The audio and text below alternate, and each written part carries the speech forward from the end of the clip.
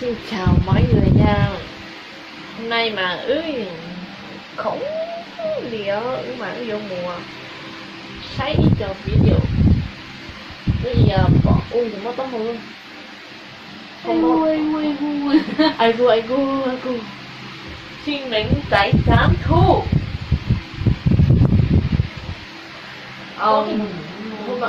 chiều hôm nọ nó thăm món nào khỏi không đi chào hay là mong ui bắt đầu rồi anh gu chú đi lo cơ. Hàn Quốc người ta hay làm thế này là khỏi ốm đó với má ta có đâu thế cái này like chi like rồi ta chưa xem ta đến đi xem người ta chị không mới thằng rồi đây video này đấy thấy chưa tao còn chưa xem luôn đen không mà còn nấu đen nhá giống như Mr. của em ấy đây like Mr. nghe ra là thấy hay nghe thật thấy hay luôn kìa bùng thở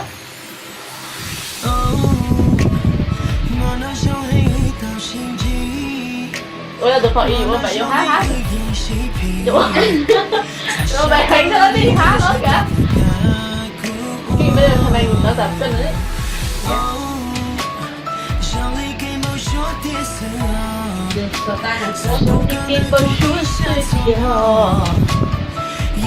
giờ chị mất tóc hồ ai không con này anh mua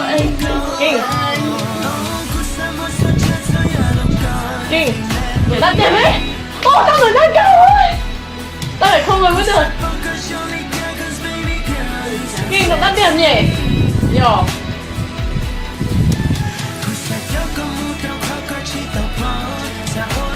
tao sẽ không phải mày này để cho nó đi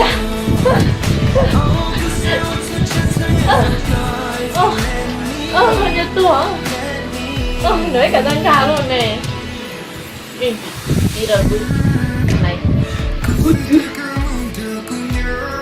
rớt tay thôi không bị cả là hai con gái bị thầy này tiêu được rồi người ta hát như hát chưa con chưa ui người ta đều đấy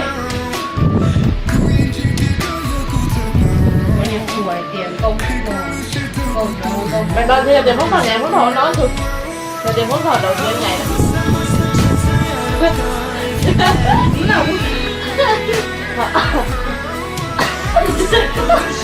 bắt đầu luôn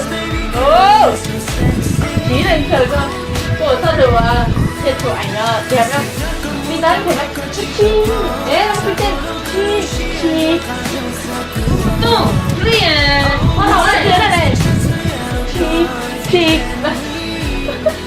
우리의 저리 저기고 bé thầy của bé hãy nói ở đây kim rồi bé hãy chim một ôi cho mà lên từ lúc ôi cho mà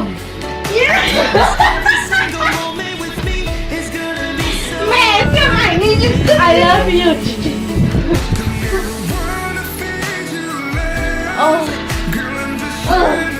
đùa có rồi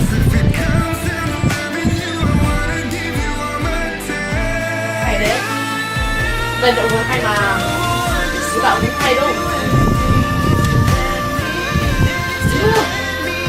kiểu nhẹ nhàng đẹp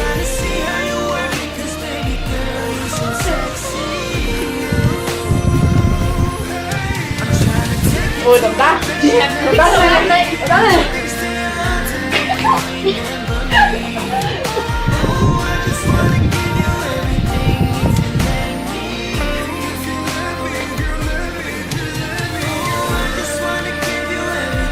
đặng nhìn đấy luôn là thân mới trên 100 lượt xem đây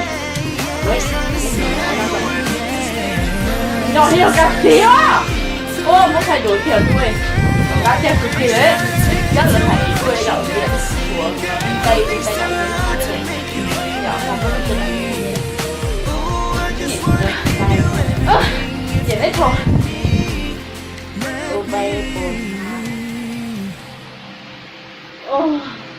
sân bay thứ hai nữa không là máy bay không đến cho bài nắng xem hết thì đến chứ sân bay từ tàu xe Tôi chỉ ngồi bố đạo ấy. Mấy bay thì do Bên vư. Ôi King, bà này đi hát rồi đấy thua. Nó ca sĩ rồi. Trời đất mẹ ơi. Trời ơi, lúc trước tao còn hát ở trên Sing Smooth karaoke mà. Bên vư này nè, câu nào vui nè. Chị gặp không biết. Trời ơi, chị cũng là ca sĩ thôi mà bà nhang còn máy vẫn chưa thở. Thở. Tao bị chết mẹ đây trời ơi. Như vậy. Chẳng cho mất tao hồi cho anh quen luôn. Ôi trời ơi, nó ở đây luôn. Thế rồi, chị chua nha, thế là cho con chị chua. Music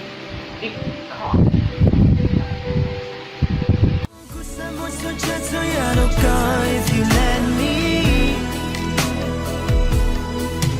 Cause I focus only care cause baby girl you're so sexy. Cause I don't go move don't call cause she don't